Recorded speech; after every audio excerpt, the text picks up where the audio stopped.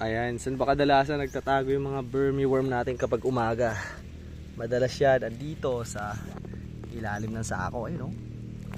Ayun o. Oo, di ba? Gusto kasi niyan ng mga yan yung madidilim. Ay. Ayan.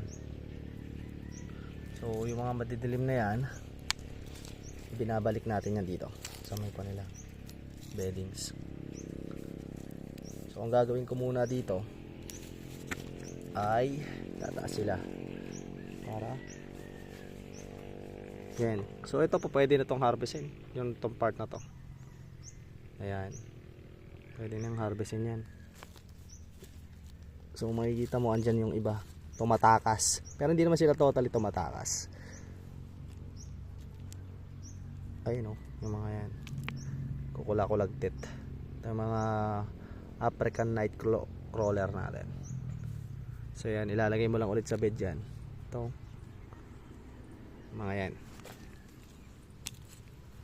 Sila yung takakain ng ganyan. Yan. So, yun lang. Thank you.